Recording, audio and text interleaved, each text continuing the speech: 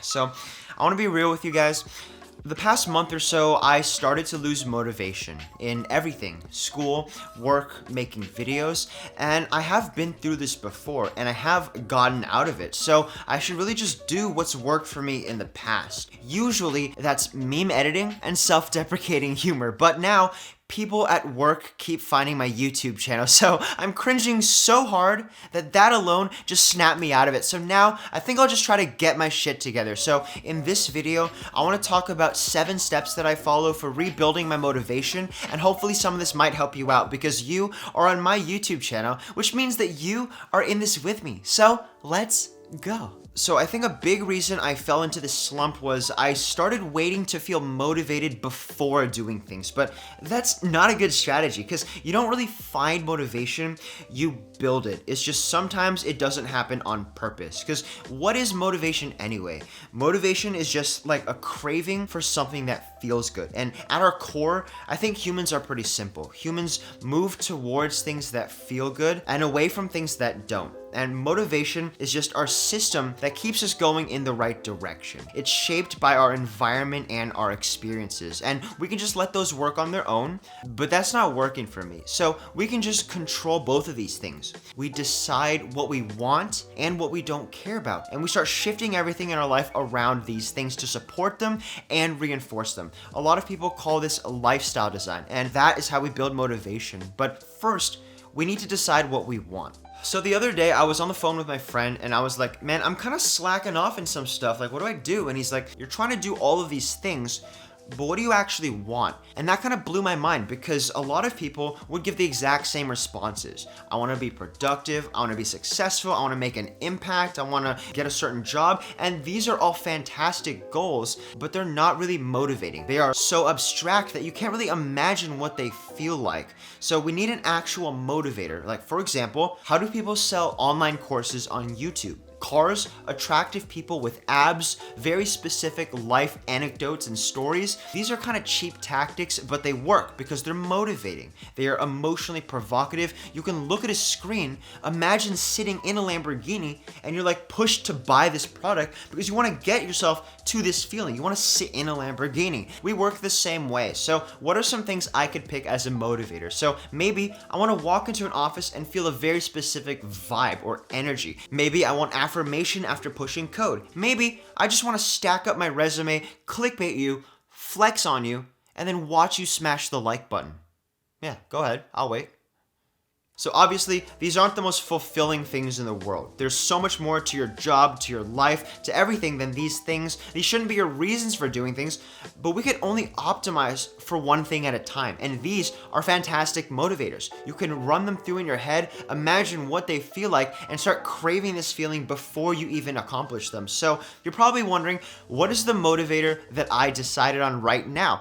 Well, this is where a lot of people mess up, including myself, so I want to talk about that.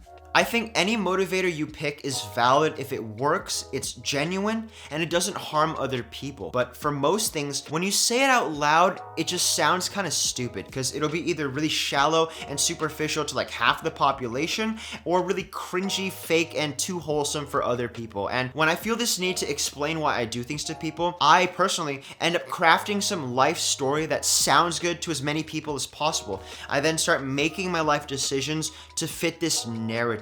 And then I just trap myself in a box. I like forget why I'm actually doing things. My life turns into a college application essay.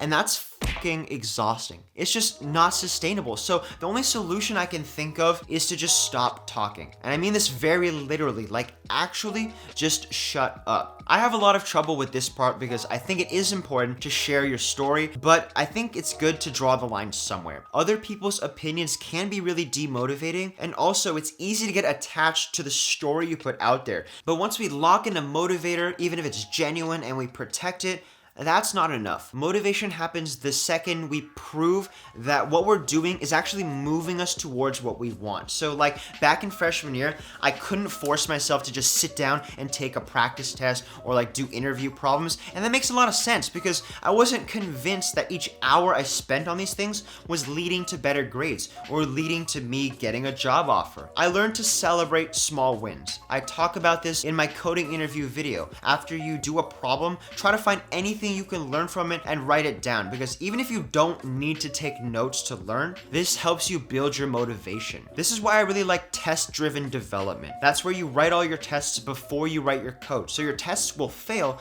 and then as you write code, your tests will start to pass. I really liked the first CS class I took at Berkeley because when they gave us projects, they had it split into little chunks, and then they gave us tests for each part. So every time we write code, you get a little check mark, and that's a lot of fun. It's exciting. It feels like a video game. So we can actually treat any part of our life like a video game. We just find a system for positive reinforcement. And then as we collect our small wins, this triggers this craving. And then as we stay consistent, we get addicted to it, and that is when motivation really happens. Consistency is important, but that's the hard part. So I'm trying to learn how to be patient. Let me know if this happens to you too. So I'll watch like an Elon Musk or a Gary Vee video. I'll get so fired up that I'll go all in on something, think about it nonstop for like 2 weeks straight, and then it'll be so painful. I'll be like, wow, I didn't get that much out of that, and then I'll throw it away. When you're in tech, it's very tempting to pull an all-nighter on something without knowing what you're gonna get from it and just go until you can't anymore. And for some people, this can be kind of dangerous because if you keep going until you hate it, you risk not wanting to do it ever again. So I know this advice doesn't apply to some people. I know people who are workaholics, people who genuinely love the grind and could just go on forever on everything, and that's cool. For a lot of other people, you know who you are. Motivation is a limited resource. It's renewable, but it is limited. You don't really need to squeeze everything out of one sitting if you can prove that you'll do this for the rest of your life. So what I've learned to do is actually work on something until I'm just about to run out of motivation, and then I'll stop. I'll go do something else that I was gonna do anyway. I'll still have energy to be excited about this thing, and then I'll go back to it. I think it's good to strategically pace yourself. In other words, procrastinate.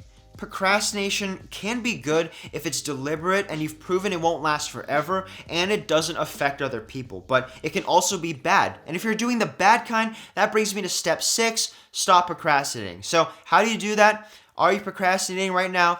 If so, stop doing that. Just knock it off.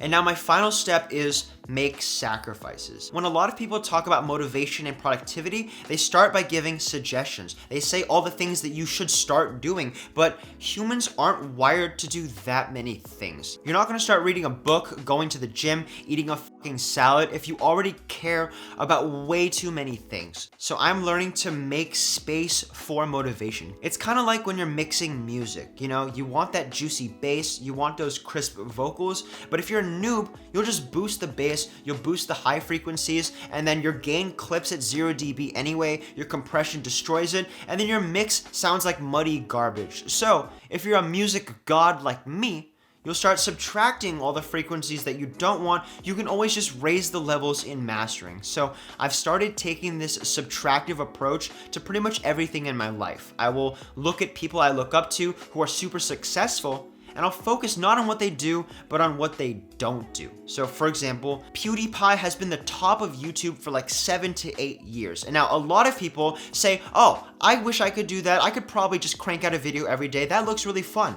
But if you think about it, he had to make the conscious decision at some point that he'll never be able to just be a normal dude. He doesn't get to enjoy being famous. And a lot of people don't focus on that part. And that's actually the most important part. So same goes for tech. Like people who aren't in tech will just call programmers nerds. And that makes a lot of sense, but that's kind of just what it takes. Like in anything that's really demanding, you kind of have to cut into other parts of your life, like your social life. Maybe it's like your workout routine, your appearance, your hobbies and interests that are making you like well-rounded and cultured.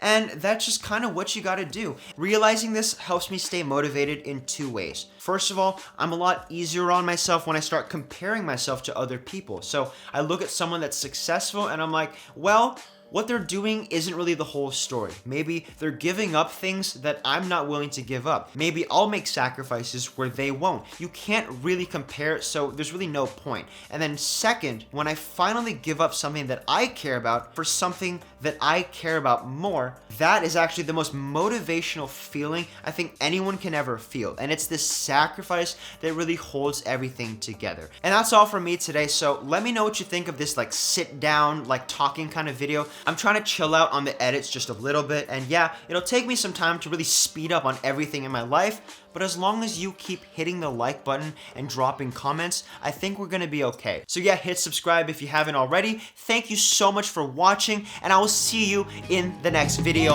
Bye.